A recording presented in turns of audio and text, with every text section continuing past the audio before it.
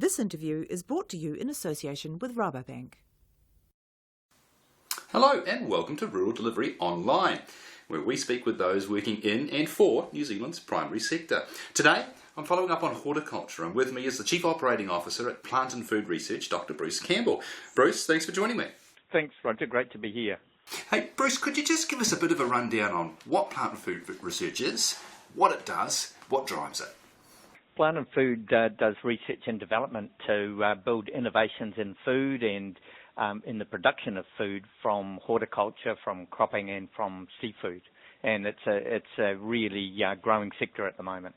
It sure is. You're working with, I think, one of the sectors that's attracting all the attention as having got it right for the time being. Exports are growing across the board, a lot of confidence, a lot of investment going on in a number of crops.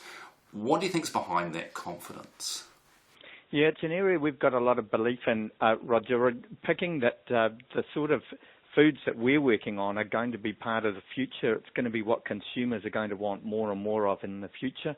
People are becoming very, very focused on their diet and their health, particularly as the population around the world ages. And so people are looking at the sort of foods that are good for you, and that's what we really believe in from the sort of products that are there in horticulture and seafood and cropping. New Zealand's done a very good job in this space of getting quickly into the branded product space. We've got Zespri kiwi fruit, we had Enza apples, we've got named products, Jazz apples, for example, the wine sector, again, lots of brands there.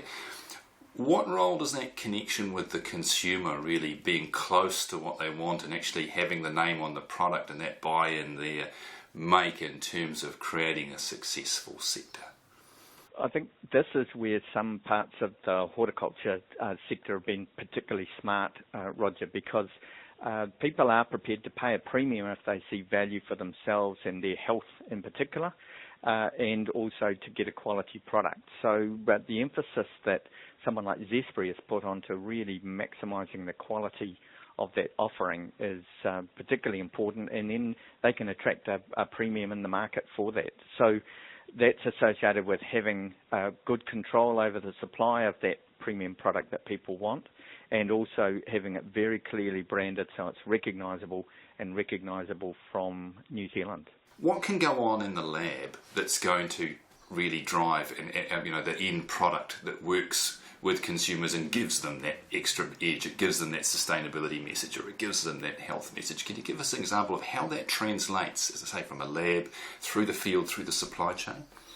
One of the big trends we're seeing, and this is quite a new development, is a much greater emphasis on getting deep understanding of what those consumers want. So the starting point is really ramping up our consumer and market insight science, getting out there to the endpoint consumers, whether it's a housewife in an apartment in China or someone up in Europe or the United States, for example, getting those deep insights that science can provide to really not only understand what people's needs are today, but also pick some trends on what they're going to want in the future and start to design back through our whole supply chain to make sure that those sort of innovations are going to be available when the consumers are wanting them.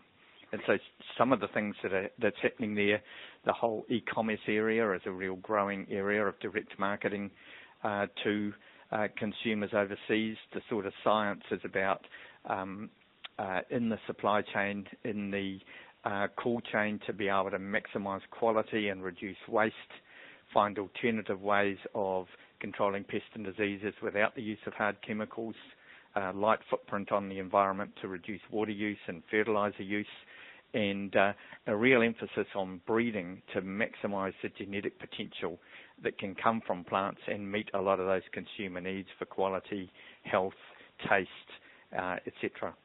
One of the things that consumers are pretty hot on at the moment is waste. Now that fits into that whole supply chain, and I assume into your breeding and things as well. How do you go about addressing a problem like that? That's a great one to narrow down on and just look at what some of the potential is, and it really is very strong in terms of the science and the marketing that can address that.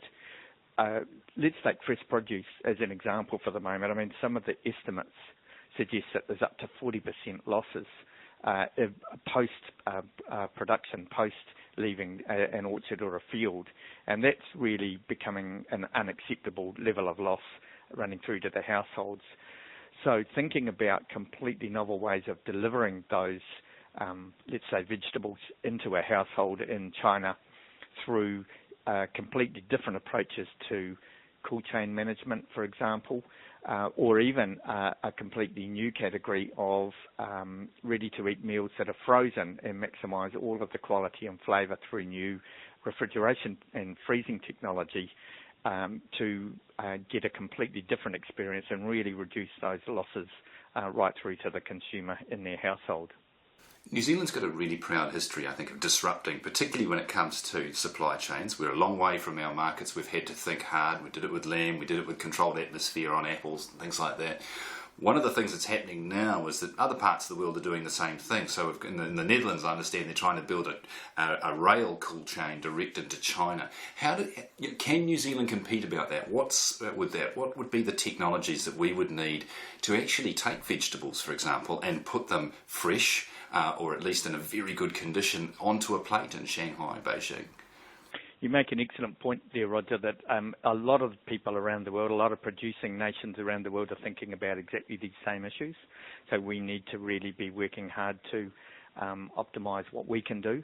We're a long way away by sea, and one of the focus areas that we have at the moment is a program that we're calling Fresher by Sea. So we're looking at everything that could be done to take fresh produce, get it on a boat, and manage the atmosphere that it travels in, the temperature, the way that it's packaged, the way that it's managed when it gets to the other end, to be able to get an extended life on the water for that produce, and so that it turns up in an ideal condition to continue to attract a premium in those more distant markets. What do you think will change further back in the supply chain? What's going to change on the farm? Orchard's going to pretty much carry on as they are. I'm thinking about a world where you've got trillions of sensors at play, all this rich data. How will that picture change over time? That probably, to a lot of people, feels a fairly fanciful view of the future, a bit like the Jetsons or Lost in Space. But the reality is that with miniaturization of technology and the opportunity to sense the environment, there's been an absolute explosion of sensors, and you just need to think about sensors used in other environments at the moment and how that's really taking off. There's a real wave of data and a whole new industry developing around how to interpret that data and use it to actually optimise the performance of those technologies. The same will be true of food, I'm convinced of it. And what we're going to see is completely different forms of farming developing in the future. Some are already starting. There's underground farms being trialled in areas like Japan.